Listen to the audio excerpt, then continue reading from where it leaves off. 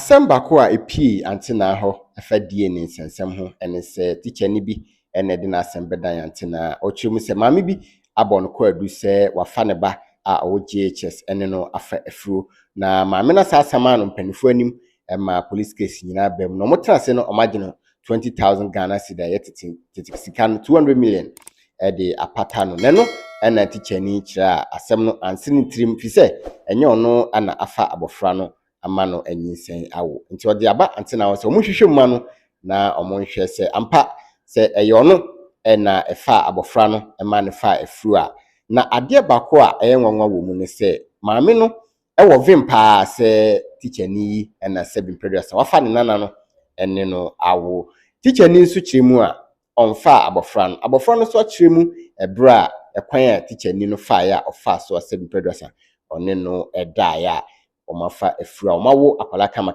neno na die ne nsensem no ekoso a die ni akoye no ho bibia chese utwa tra no na ebete oto sabofra no eyoba anase enyoba mumienko ebra na Auntie Naa etoto omo ano na omo nyina agi atum se omo bekwa ko die ni na omahwe mumienkwe ebra na ensem no esi koso ene vima na abofra no ewa na Patricia owa na ode accuse teacher ni se wahwe no ono ena eno no awo teacher ni so chese enye ono ena ehwe no ene no ewo mienkom na yenhwe se the story no sitie sini akoda bia wanyem ye de nyinsa hye no wonim ho hwe so wotua 20,000 Ghana cedis moma baya ne mra ene jeite sini akoda no wa ha teacher so on fa ne da o aye hu teacher memwat na ko hwe jeite sini akoda nsa oya akoda o oya koda na no me kire o woni je tesefo na ewo woni ba kwa wo me se pension ho we so beta ha wo so mfada so go ni se musa na fo ma ho hwede jinsi kakra wa se o ma mo ya maya nketekete o teacher ma je chesia koda nini pacho nini so sha se na twempla na class 5 ana me de mimi Oma ba sema bako yoma we de me de se oma be do sumdwem neja bibi o so nim fasem hu nyina so bon tofo so mfa na da ma kan ma kwada nte Patricia ka wase me ma kwan se bisa bibia ma we de me de akwere mi fa ni da so se mi ma na to makonwa mu atoro na no ebi si mi life mu da mi saka biem ebi si mi life mu da onfa ne da mi fa ne da enso de yin sa se mi sabo me kuma se mi fa ne da for 3 times mi fa ne da hu ni se da mi hu ni se mi da try da mi try da ti se ko ba se DNA se wo bani akore ya wo se yenye ode ma makato se ekoba se mi bani akore we ya omu chi mi tumbiem omadi ka chi mi tum first one se ekoba se die ni bani proof se mi bani akore we ya omu se chi mi tumbiem last one se ekoba se die ni ba ne mi bani akore we ya ma omu chi mi tumbiem da ma mi fa ni da Mami, mi fa ni da. Kwale yo da na so aba. Efacho abemu ya. Wa teacher. Teacher yi. Yi nanim ya kwala mami we akwala nanim. Ya ba ya fiscal DNA wa papa so gas mo mo kwaje mo na ne ehwa de. Ewia se ye hu. Ewia se ye hu. Ewia se ewia ye bampa. Gas je. Papa so fo so bay. Gas de no etoda o de humobro wa mohwe physical DNA mo sho mani ya mami ye we anim ye gas so say DNA hu na wona no mo wada wo ma gas DNA hu o se no hu sa akoya bi ho wo no fufura won se wo se onyin so obese no ko bi ho aba wo no so oni eso onyin no so se Omu ya dada. Tiano kwa de. Yo so ba ti ga na rehwe me a. Ene mfa ho. Ayo ma. Hello. Akwara ne ho aba. Me pa chaw jamra ba. Teacher ni. Mu ye de hu se jamna ba. Me pa chaw de ti message jamra no ne ba ne se. Last year August. Menana na ti abomusu. We wa kira na de pen. Ewo St. Peter's Preparatory School. Ewa nwem. Na school no akọ fom. Ana nkwala yi won ye mienu. Ana mabefa won we ni kuma. Mienu. Ana mabefa won we ni kuma. Eti last year August no ana kwala ne so okodi akwama. Eti okodi akwama ba ye no. Sisi wa mama mane se bibi saasi. Bi se Jamina yi afan. Eti ebra aya 14th January na me se akwala no enware na yankwaso. Eti bra wodi kan dware ya me so mi dware ya me wura dem no. Me hwe ni nufu se ya na me se adwoa. Jiegu Wonyam. Debi aji nufu na ye den. Nufu ne nyam. Kasa jiegu. Kai. Ajiagu. Aso. Eti eba sa no. Me de me bufu. Ana me tutu so kwa soro nti akwala na amasoro. Eti kwasi ada na semisi 14th January. 15th January. Me dem metam ato 4:30 am. Eti abasa na me ne won nyina aye mpaibo. Ansana ye pie. Eti ebra ebo 4:11 pepepe na mada ye sei. Sabi ahiafo de ye da na ye de ense ye atwere. Jenesa ye de yensa yesum ye ne ye dwene. Ene akwala yi pra. Nti ahiafo na ye kwan yensa ne eti yensa yesum ye. Ahiafo na no. Ye hu de ye. Yo. Eti abasa no. Ana akwala yi pra men. Nana na me say adwoa. Alam na abo abante. No say da bi nana be kasa mu akere. Osun papa. Ana me say ada na wo so kasa mu akere me na wusu. Ana say nana sa wo se menyamode a be kwa anwea mu no. Teacher jamana ene me eda. Ana me say jamana ban wo se abra finua. Ana me say eti me frɛ wo maame bɔ na mane. Eti o maame ekɔ we enua ba no ho abra fi no ho. Eti akwaka kire no say wone na nyem wode mfa no ho. Anu twemu ya mfa anyasem. Eti bra ba asa no adwada no ana be si mu ekɔ report asam. Eti bra me kɔ report to ho no. Me kɔ anwea modwoada ebra da wukuada ana abrantie ban. Ene sisi ahesha onko ha. Ndi ampa. Mona mo se. Ani di ampa pa. Ai wo kasa man kasa. Wona wo se me ne wona na nyam no. Medie enyamia na emmom. Samo se me ne na nyamode a. Me de mo kɔ abnam. Akɔbɔ dua. Kwa yesunsuo bi wo ho. Ye di nyama won. Won de ni tisha ho. Won no ase so ya CAC. Wo sha. Eduru ho de o kɔ abnam. Akɔbɔ. Enya ne ntam. Da bi pede e be fast. Yeah. Onipa wujidi wujidi na nse wujidi ka da asema beto me so na so na mo se de wunya bi da usu refi nyame ma na aye dinya mane ube yuna no aye nyunu ube nsia no aye se botrobo de na dia wa ye wanwe mo no maka ama eno so fra anwefo aye se wo hu sikanti ana me dia kola no nyinsan ba hye wo abomosu godufo wo ho papa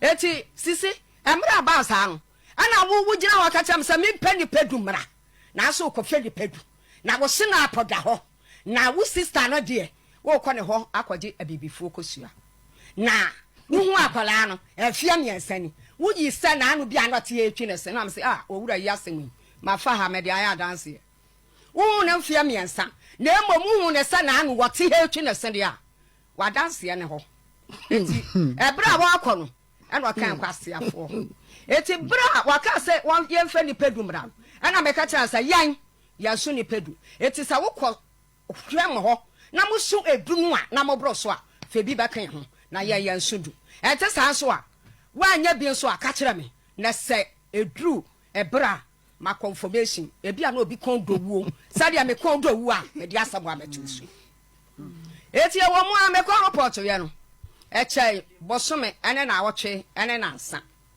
ena akola no papa bai enti media me wabu abomusu se we school nti okọ school afie ya no twere nti ye wabomusu ena oche wo ya che wo memenda kwasi ada edu ada hankopugu nsa ena wo awo ka se ampa eye wo a enti me pa bo che sabe moanimu a empani moanimu a sabe wona wo ba ayi man no bisa wo se wo fa ne sen sabe moanimu a wo simi die no ena se ka bie mo simi die no ena wa waje wadum asam atum sta afedi akola no wa fa no mesi yo eti abasa no mejiro ko akola ni school so na say eti eyansa no asam no on the kokede court de kan ena on ye say yasam no so eti on de bekọ esama kese eti on ka say bekọ esama kese no na afi ehọ no de na akoya me eyi kakra eti wei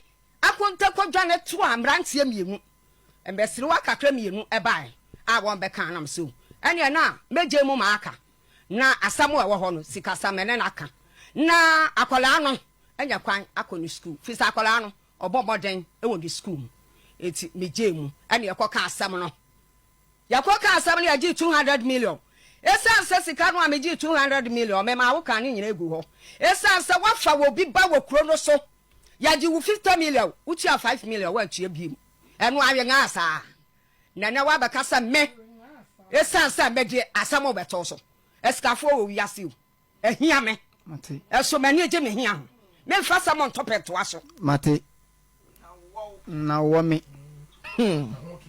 eti pa awo be pa chaw Patricia asam awo me da say Pat Auntie teacher who ni no Pacho minim no kwan benzo Pacho wa chema de pen na akwara ya oda ho yin so ne papa ni o say me say wa chema de pen na akwara ya oda me na Ansah si ne papa ni na wana wo say akwara no Pacho ya me ba woni wana we Pacho mini we ye hwan Kofi Jamina wana wo twonsa no wo de ta se twonsa me pa wonsa no ko ahu wo de hwan wa ya no de ne se ko wona ni o woni hwan Pacho Kofi Jamina Patricia yeso Pacho ai wo yeso me beda bi o Pacho ai kwan beso na teacher fa so nyimo Pacho me ko me ma me honum August ni last year for ni trowe ya ye ma kwan ni me ko no madam fu bi oti we mu fie na chi no ase e road a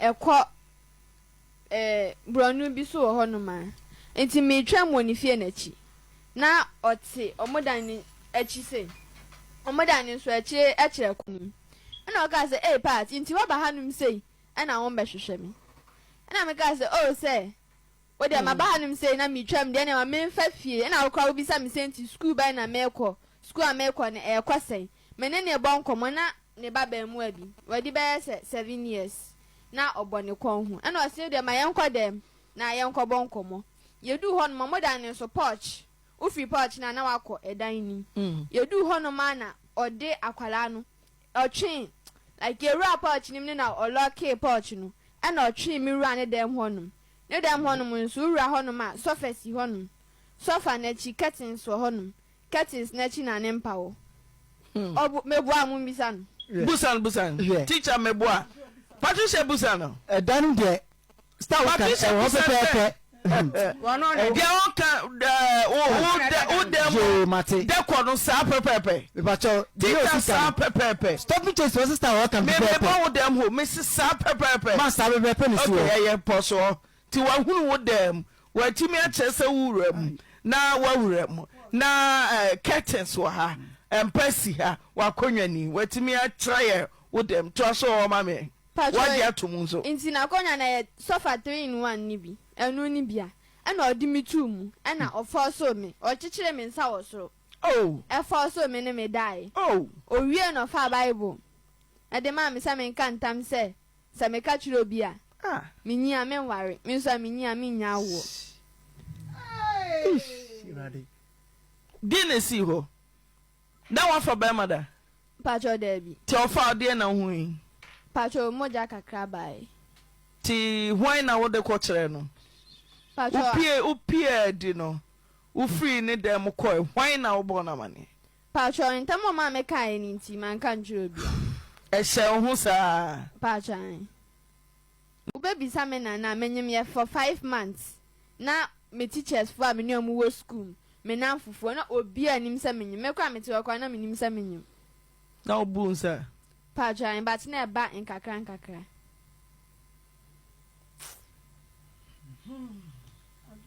teacher ina na onyeme na chi wafa be ma biada Pacho Debbie kano kreche me Pacho Debbie wafa be ma da onse DNA no yekoye na obi afa obi a ebetumi aba se teacher no dan so na nyinse ne nyon no a Pacho nti wo fa be ma biada Debbie kaka utri mame kaka utri mame Pacho Debbie obi aba ho biom Debbie kakai Debbie virgin chi no obi afa obiom Debbie ti now you virgin Pacho o mama ni mo nwa se Debbie DNA ne nsesa Debbie ne dia clear ne dia ana pe cray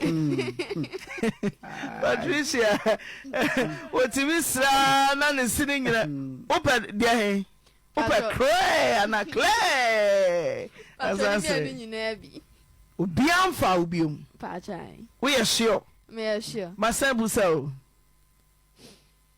kaka utrim Pacho Debbie JHS obi amai Debbie primary honso Debbie mantem honso Debbie wodi nyinsa ne ma obi first onyimye no Debbie man famu onyimye din a wo boy e dodo say Pacho we pedin na mabo we ne ye hwan Kofi Jamina ti kache nse bane ndie Kofi Jamina mami obani na da ho no ene man pese busa akra mi busa asem by challenge jam true ase no me pese me di bi man no hwe patri wo sa akra oda we wo sa me dia teacher ni fe o akwara say Patricia Patri so wo say akra ya me respect dia di enim o say akra ya me dia eti yakọ test di ne no na akra ya me dia me si ya twamutum wo say nya odai On the e ka wa bobia ye betia mo pacho sisumiansa because me dem sisumiansa me say e ka wa bobia ye betia mo me da say me ma adwa me say e ka wa bobia ye betia mo me da say obi amfa obi Pacho Debbie majwa obi amfa obi me ye die ne ne sisi a okay obi amfa obi Debbie